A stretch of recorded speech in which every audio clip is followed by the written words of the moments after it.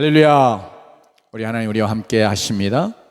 하나님께서 오늘 또 우리에게 말씀으로 우리에게 찾아오시고 우리에게 은혜 주시기를 원합니다. 이 밝고 환한 햇빛 너무 참 좋죠. 며칠 전 엊그제 이렇게 참 세상이 참 어두워지고 그러면서 비가 내리고 아주 습하고 또 추워지고 그래서 상당히 우울한 이제 이런 날씨도 우리가 이렇게 겪었는데, 그러다가 이렇게 환한 햇빛이 비치는 따뜻한 이렇게 봄날 또 맞게 되니까 너무 감사하고 기분이 좋습니다. 우리는 늘 이렇게 밝고 환한 따뜻한 좋은 봄날만 우리가 맞는 것이 아니고 비도 오고 또 우리를 젖게 하고 또 추위에 떨게 하는 이런 날씨도 우리가 맞게 되는 것이 우리가 지금 살아가면서 경험하고 있습니다. 비유적으로 우리의 인생 이렇게 밝고 환한 좋은 날만 있는 게 아니고 비도 내리는 거예요. 그래서 유명한 시인 롱펠로우라고 학교 다닐 때 좀 그의 시를 우리가 공부도 했을 것 같은데요. 그가 이런 이야기를 한마디 남겼죠. 우리 각자의 인생에는 비가 내리기 마련이다. 반드시 내린다는 거죠, 비가. 여러분, 우리 인생을 항해에 비유하기도 하는데 제가 조금 바꿔보니까 이런 표현이 되더라고요. 롱페우 말을 그대로 써서 우리 인생의 항해에는 풍랑이 일어나기 마련이다. 우리 인생의 항해에는 이렇게 잔잔한 바다와 순풍만 있는 것이 아니고 때때로 모진 비바람이 몰아치고 거센 풍랑이 일 때가 있습니다. 아니면 지금 내가 풍랑에 휩싸여 있고 그래서 어찌할 줄 모르고 고통당하는 그런 가운데 있을 수도 있겠어요. 사실 우리 거친 비바람과 파도와 대항해 싸우는 그런 고난의 삶이 우리 인생의 참모습이라고도 말할 수 있겠어요. 전도서에 보면 솔로몬이 인생은 고난을 위하여 났나니 이런 표현을 썼거든요. 그러니까 태어나서 사실은 태어나면 고난 그 자체가 그의 인생의 몫이다, 그런 것 같은 거죠. 여러분, 오늘 우리가 예수 믿음으로 잘 되고 축복받고 영광을 누리는 것, 우리에게 밝고 환한 좋은 날만 있는 것, 이것이 우리 신앙생활의 전부가 아니라고 하는 것입니다. 인생의 모진 비바람과 거센 풍랑을 맞으며 몸을 떨게 되는 것, 우리 그리스도인들에게도 마찬가지로 일어나는 것이에요. 그렇다면 이제 이런 질문을 우리가 해보게 되잖아요. 하나님의 세상의 모든 것을 다스리시고 특히 하나님의 자녀들의 삶을 그분이 주관하시고 다스리시는 분이신데 왜? 또 무엇을 위해서 하나님의 자녀들인 우리 그리스도인들에게도 이렇게 풍랑을 허락하실까? 그런 의문을 가져볼 수 있잖아요. 또 이미 여러 번 던져왔을 수도 있겠어요. 또 동시에 우리는 풍랑을 만나게 되어 있는데, 그러면 우리가 풍랑을 만날 때 어떤 태도를 가져야 할 것인가? 이것도 우리에게 너무 중요한 질문이 될 줄 알아요. 우리 스스로에게 던져보면서 오늘 특별히 말씀, 풍랑을 제자들이 만나고 이 풍랑을 만난 상황 속에서 주님이 제자들에게 어떻게 행하셨는지, 이 풍랑을 통해서 제자들이 주님을 어떤 분이라고 깨닫게 됐는지 하는 것을 우리가 함께 살펴보면서 이 본문의 내용이 가르쳐주는 귀한 영적인 진리들을 믿음으로 다 우리가 받고 우리의 마음에 새기고, 특별히 우리가 풍랑을 만날 때마다 내가 지금 풍랑 속에 있다면 끊임없이 이 진리로 우리 자신을 세워가면서, 그래서 우리가 풍랑을 이기고 그래서 더욱 믿음으로 장성해가고, 그러면서 또 오늘 풍랑과 관계된 마지막 절이 보여주는 것처럼 이 풍랑이 다 잔잔해지고 그러면서 가려고 하는 목적지에 도달했던 그런 제자들처럼 이렇게 우리의 삶이 결국 해피엔딩하는, 믿음으로 이렇게 승리하는 이런 놀라운 기회가 되어지기를 원합니다. 첫째로, 왜, 무엇을 위해서 하나님 우리의 삶의 풍랑을 허락하시는가? 조금 즐거운 질문이나, 왜 풍랑 자체가 그렇게 좋은, 우리는 우리 연약한 인생에게는 그것이 좋은 것이라고 우리가 얼른 받아들이기 어려우니까 이 질문 자체가 그렇게 달가운 질문은 아니지만, 그러나 실제로 우리의 삶이 이 풍랑이 없을 수 없는 그런 삶, 그런 인생이기 때문에 끊임없이 우리가 믿음으로 이 질문을 던지고, 그래서 믿음의 답을 갖고 나아가기를 원합니다. 왜, 그리고 무엇을 위해 풍랑을 하나님이 허락하시는가? 하나님 말씀이 우리에게 가르쳐준 바에 하면 우리 인생에 일어난 풍랑은 우리가 하나님께 불순종하거나 죄를 범할 때 그것을 돌이키기 위해서 징계하여 연단으로 하나님이 원하시는 그런 모습, 그런 열매를 맺어갈 수 있도록 하기 위해서 허락하시는 것을 우리에게 가르쳐 주고 있습니다. 풍랑을 통해서 하나님은 우리의 잘못을 깨닫게 합니다. 내가 잘못하고 있어도 잘 나가면, 잘 되어지면 내가 그 잘못하고 있다 하는 것을 생각을 안 하죠. 깨닫지를 못하죠. 잘못했어도 내게 어려움이나 이 풍랑으로 비유되는 이런 어떤 어려움이나 하나님께로부터 오는 어떤 징계의 얼음이요, 이런 것이 없으면 우리가 내 잘못, 내가 징계받을 만한 그런 잘못, 이런 것들을 하나님 앞에서 깊이 인식하고, 아, 내가 이랬구나, 내가 이래서 이런 어려움이 생겼구나 하고 깨닫지 못하는 경우가 많다. 우리가 이렇게 참 무지하거든요. 그래서 하나님은 우리에게 풍랑을 허락하시며 풍랑을 통해서 우리의 잘못과 죄를 깨닫게 하시고, 이제는 돌이켜서 하나님의 뜻을 발견하고 순종하도록 하기 위해서 풍랑을 허락하십니다. 우리가 잘 아는 내용 중에 요나 선지자가 만난 풍랑 이야기 있잖아요. 요나서 1장 3절로 4절 말씀이 증거해 주는 대로 하나님께서 요나에게 너 니느웨로 가서 하나님의 심판을 외치라. 그들의 죄악이 너무 크니까 하나님이 심판하실 수밖에 없어서 심판을 외치라고 명령하셨습니다. 그러나 요나가 여호와의 얼굴을 피하려고 일어나 다시스로 도망하려 하여 욥바로 내려갔더니 마침 다시스로 가는 배를 만난지라 여호와의 얼굴을 피하여 그들과 함께 다시스로 가려고 뱃삭을 주고 배에 올랐더라. 여호와께서 큰 바람을 바다 위에 내리심에 바다 가운데 큰 폭풍이 일어나 배가 거의 깨어지게 된지라. 그래서 이런 풍랑을 만나게 되니까 질문해 보는 거예요. 그래서 이제 배에 타고 있는 선원과 선장과 이런 사람들이 이 재앙이 왜 일어났느냐, 누구 때문에 일어났느냐, 이렇게 서로 질문하는 거예요. 그래서 8절의 말씀이 그걸 증거하죠. 이 재앙이 누구 때문에 우리에게 임하였는가 말하라.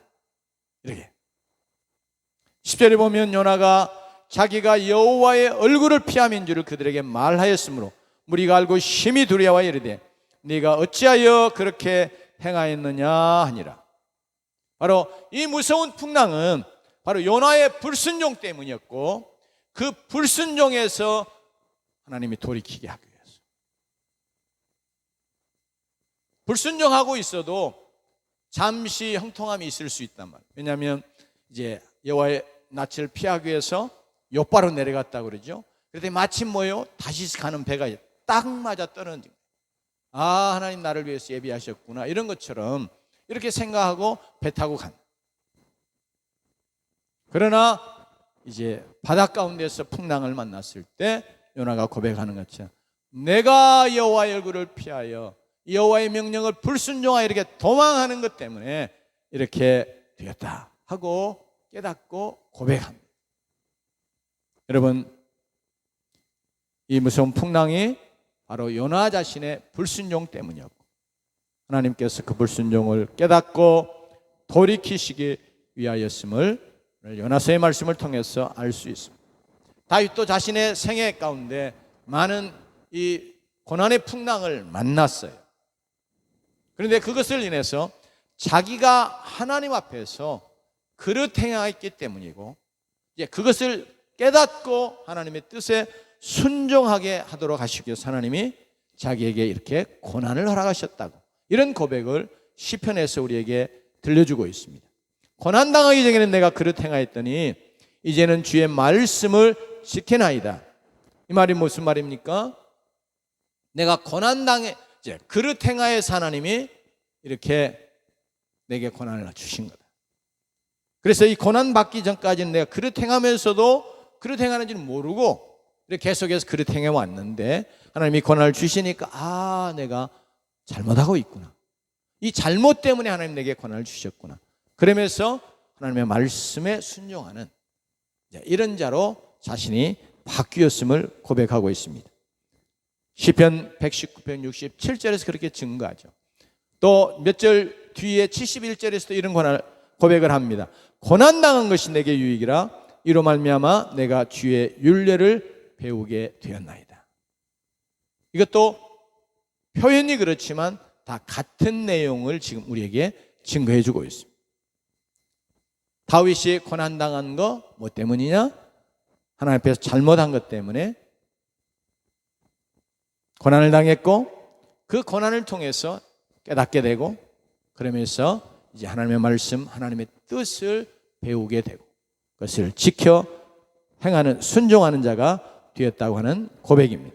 그러므로 우리가 이게 풍랑 만나면 제일 먼저 내가 혹시 하나님께 불순종하거나 하나님이 기뻐하시지 않는가, 돌이키기를 원하는가, 이런 것들이 내게 있지 않는가 돌아보고 우리 자신을 점검하고, 그래서 깨달으면서 우리가 돌이키는 자가 되어야 하겠습니다. 그러나 반드시 이 풍랑이다, 우리가 하나님 앞에 잘못하고 범죄하고 불순종하기 때문에 오는 것만은 아닌 것 또한 하나님의 말씀이 증거해 주고, 특별히 오늘 우리의 본문의 말씀은 그 사실을 우리에게 증거해 주고 있습니다. 우리가 하나님께 순종하여 살 때도 풍랑이 일어나기도 하는 것입니다. 22절 같이 한번 봉독해 봅니다. 시작. 예수께서 즉시 제자들을 제쳐가사 자기가 무리를 보내는 동안에 배를 타고 앞서 건너편으로 가게 하시고. 누가 보내시는 거예요? 예수님이 보내는 거예요, 제자들에게. 지금 제자들이 갈릴리 바다를 건너가다 풍랑을 만나는데 왜 만나요? 예수님이 빨리 가라고 보내서 가다가 보니까 만나는 거예요. 제자들이 우리 예수님하고 같이 가겠습니다, 우리 안 가겠습니다, 예수님이 가야 우리도 가지요, 그러고 안 갔더라면 이 풍랑 안 만나지요. 근데 예수님이 가라 그러니까, 제쪽에서 가라 그러니까 제자들이 순종해서 가다가 만났습니다. 여러분, 제자들이 배를 타고 건너편으로 건너가는 거 예수님의 명령 때문이었고, 그러니 배를 타고 가다가 풍랑을 만나게 되는 거 뭐 때문에요? 예수님의 명령에 순종했기 때문입니다. 그렇다면 이렇게 순종해 가는데 왜 이런 풍랑을 만나도록 주님께서 허락하셨을까? 왜 주님께서는 제자들을 제초가에 보내시며 풍랑을 만나게 허락하셨을까? 우리가 질문해 볼 수 있잖아요.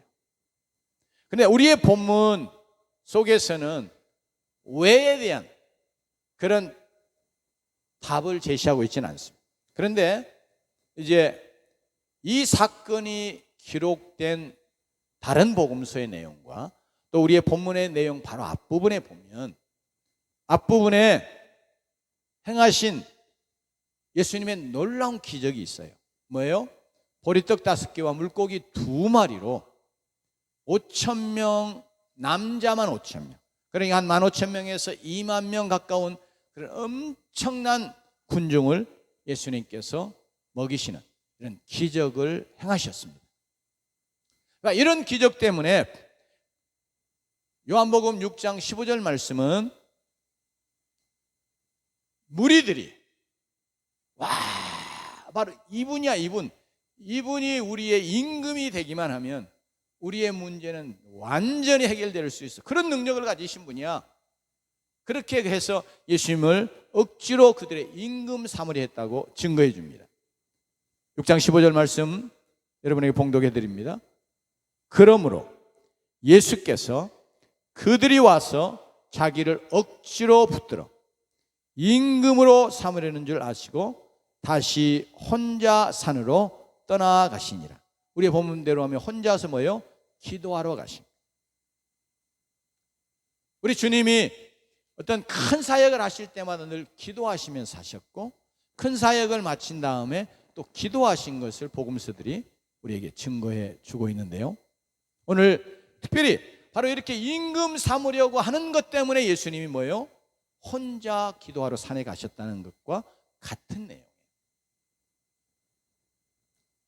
여러분, 로마에게 나라의 주권을 잃어버리고 압제와 가난 속에 사는 유대 군중들에게 이 먹고 사는 문제야말로 절박한 문제이면서 그러나 그거 해결할 수 있는 능력이 없어요. 그런데 보리떡 5개와 물고기 2마리 가지고 자기 모든 군중을 다 먹이시는 바로 이 예수님,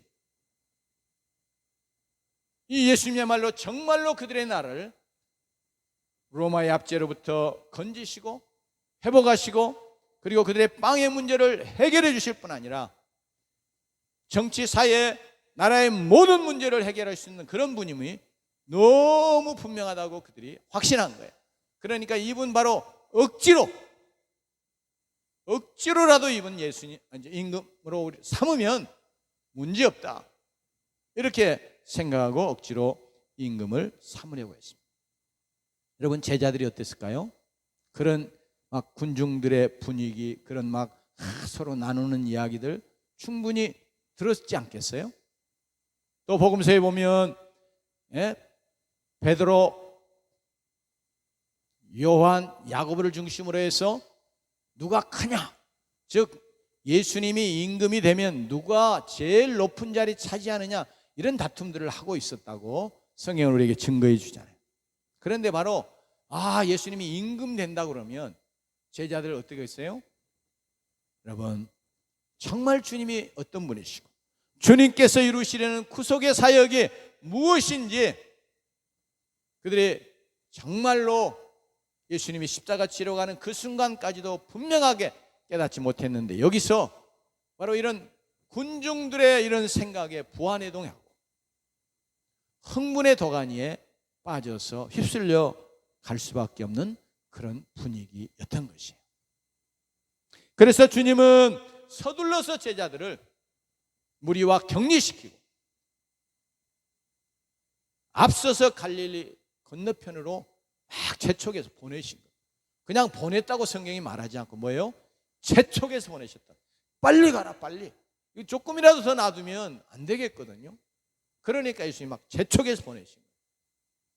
그러면서 예수님은 혼자 산에 기도하러 가시죠. 주님도 그 실종의 시험거리죠. 자신이 가야 될 길이 어떤 길이요? 고난의 십자가의 길이잖아요. 그 길로 세상을 구원하시는 분, 그 길로 하나님의 나라를 이루실 왕으로 오신 분이잖아요. 그런데 바로 이렇게 막 이런 상황이니까, 그래서 우리의 본문이 바로 이 기적 다음에 오늘 22절로 들어가면서 주님께서 서둘러서 제초가사 제자들을 보내고, 즉 무리도 막 격리를 시키는, 그냥 무리들을 막 빨리 가라고, 무리들 예수님이 그렇게 하셨어요. 제자들만 그냥 보내는 게 아니고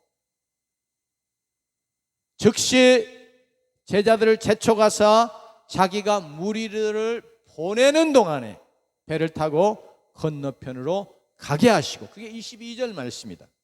여기 보면 즉시 왜 그래요? 얼마나 이 일 아니라고. 지금 예수님 오병이어 역사 이룰 때 제자들이 다 떡과 물고기 그거 받아가지고 나눠줬잖아요. 전부 얼마나 수고했어요. 또 다 거둬들였잖아요. 그러면 조금 쉬고 여유도 좀 갖고 한숨 돌리고 그러고 다른 목적지로 가면 되는데, 예수님이 지금 막 즉시 제초가사 이런 문구를 통해서 주님이 지금 얼마나 급하게 제자들을 이 무리들과 분리시켜 떠나가게 하시는지 하는 것을 우리에게 증거해 주고 있습니다. 여러분,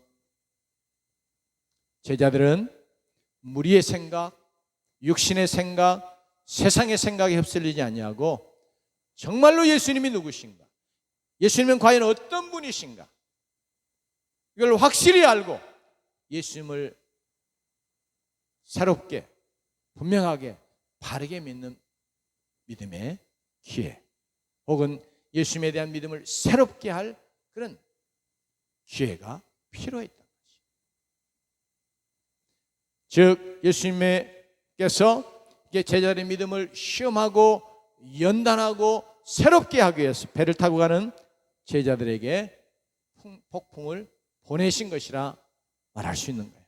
그렇게 급히 재촉해서 보내시고 풍랑을 만나게 하셨기 때문에, 여러분, 제자들이 폭풍 속에서 고통을 당할 때 주님은 풍랑에도 불구하고 제자들을 돕기 위해서 제자들 곁으로 오시잖아요. 그리고 주님을 배에 모셔드리자 곧 풍랑은 주님의 뜻에 순종하여 잔잔해졌다고 말씀은 우리에게 증거해 주고 있습니다. 이 사건을 통해서 제자들은 예수님이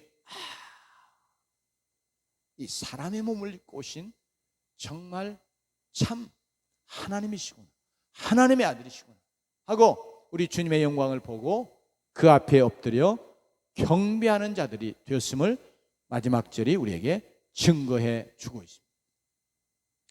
제자들이 주님을 인격적으로 깊이 체험하게 되는 것, 주님이 정말 이런 분이시구나 하고 인격적으로, 그냥 지식적으로 관념적으로 예수님이라고 늘 말씀해 오시니까 들어서 알고 있는 그런 게 아니고 인격적으로 깊이 주님을 알게 된 것, 체험하게 된 것, 그리고 자신들의 주님과 자신들의 이 사랑의 관계를 깊이 체험하게 되는 것, 그리고 하나님의 아들의 영광을 바르게 보게 된 것, 이건 오병이어의 기적을 통해서가 아니라 무엇 때문에요?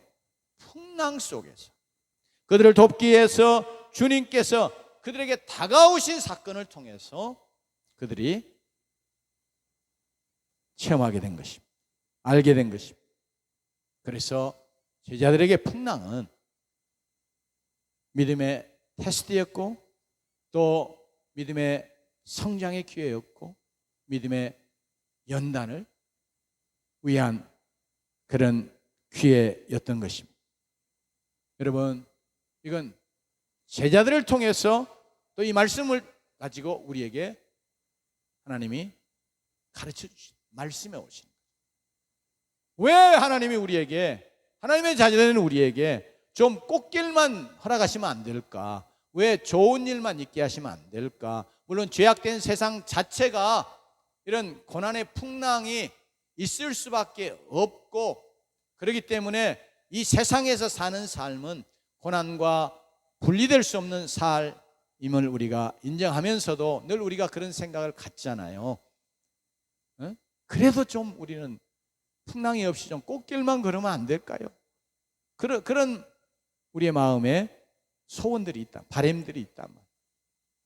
그런데 하나님께서 우리가 하나님의 자녀임에도 불구하고 우리에게 풍랑을 허락하실 때 그것은 항상 우리의 믿음을 새롭게 하시고 믿음의 성장을 이루시고, 그것이 곧 우리가 주님을 정말 인격적으로 깊이 체험하고 주님과 우리의 사랑의 관계를 깊이 체험하고, 그리고 바로 그 풍랑 속에서 우리를 찾아오시면을 도와주시는 주님의 능력과 영광을 보는 것을 통해서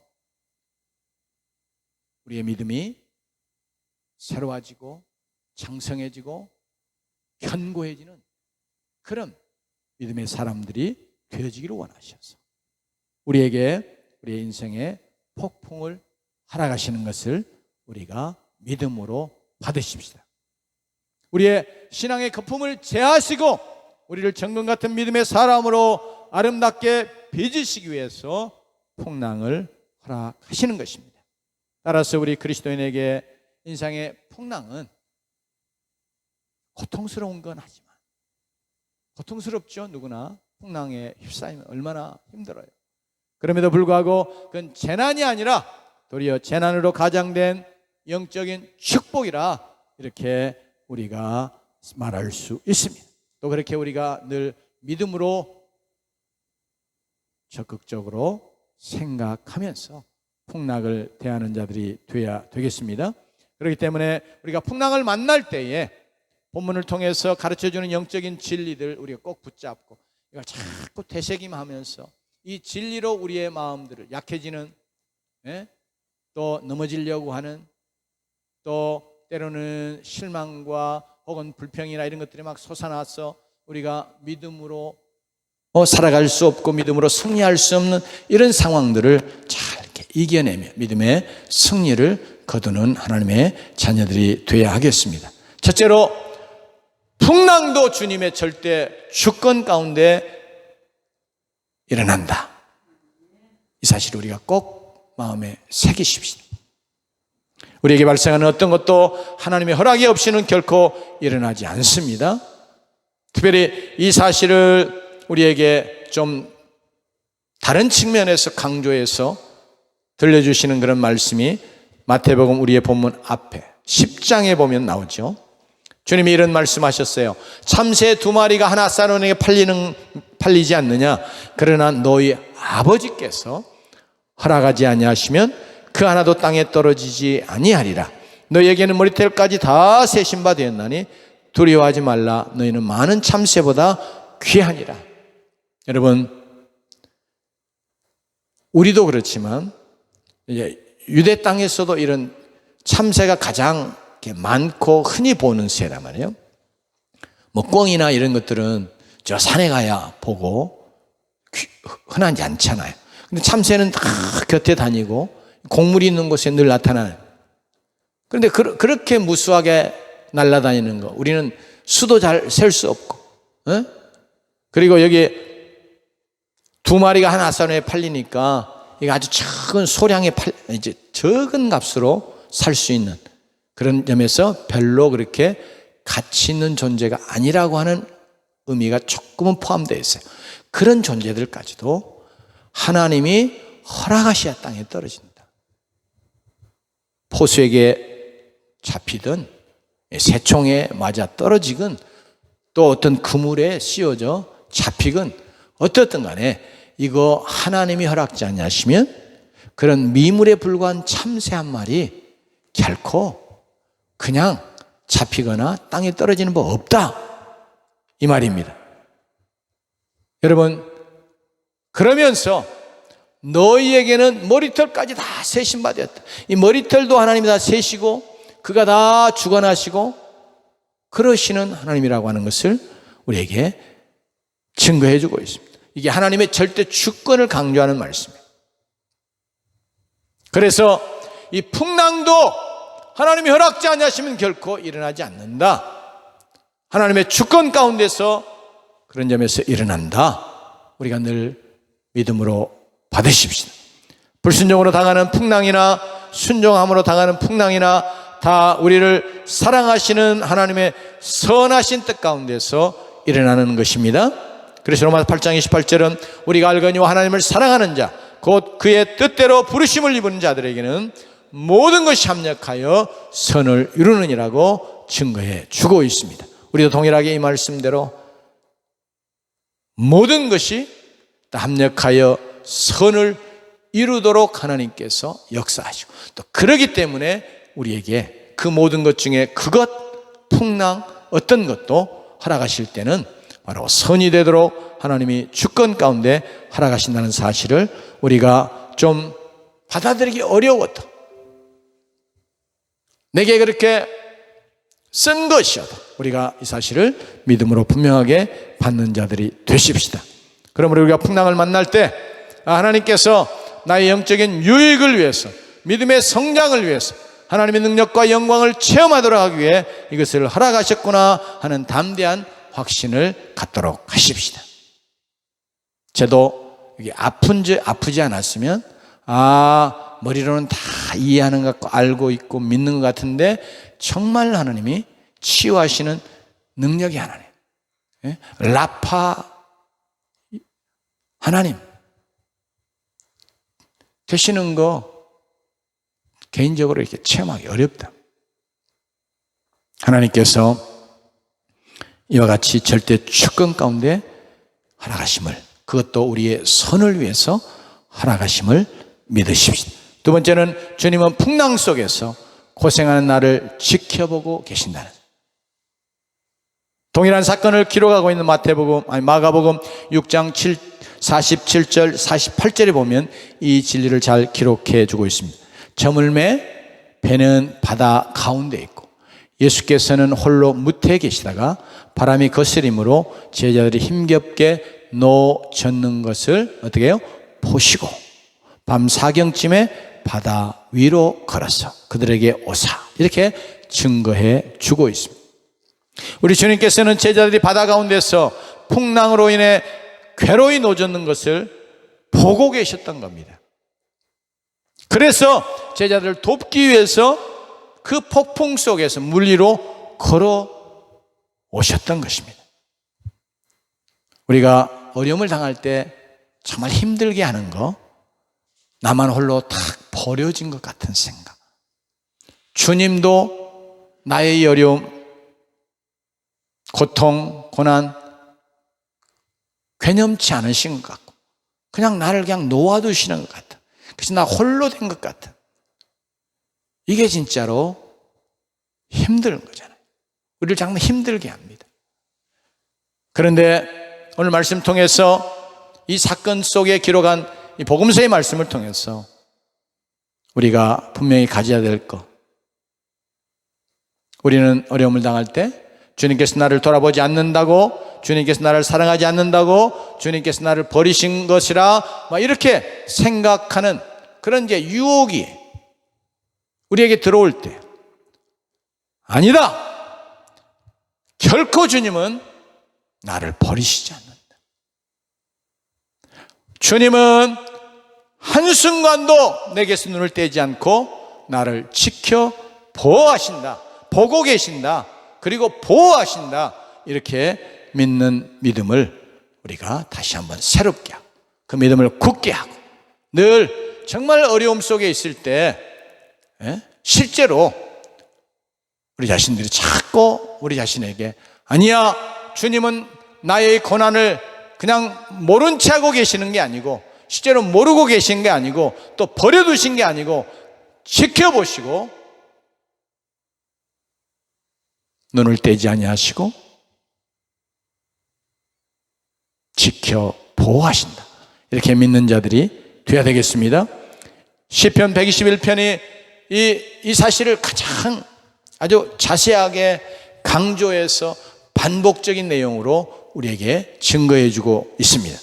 이스라엘을 지키시는 이는 졸지도 아니하고 주무시지도 아니하시리로다.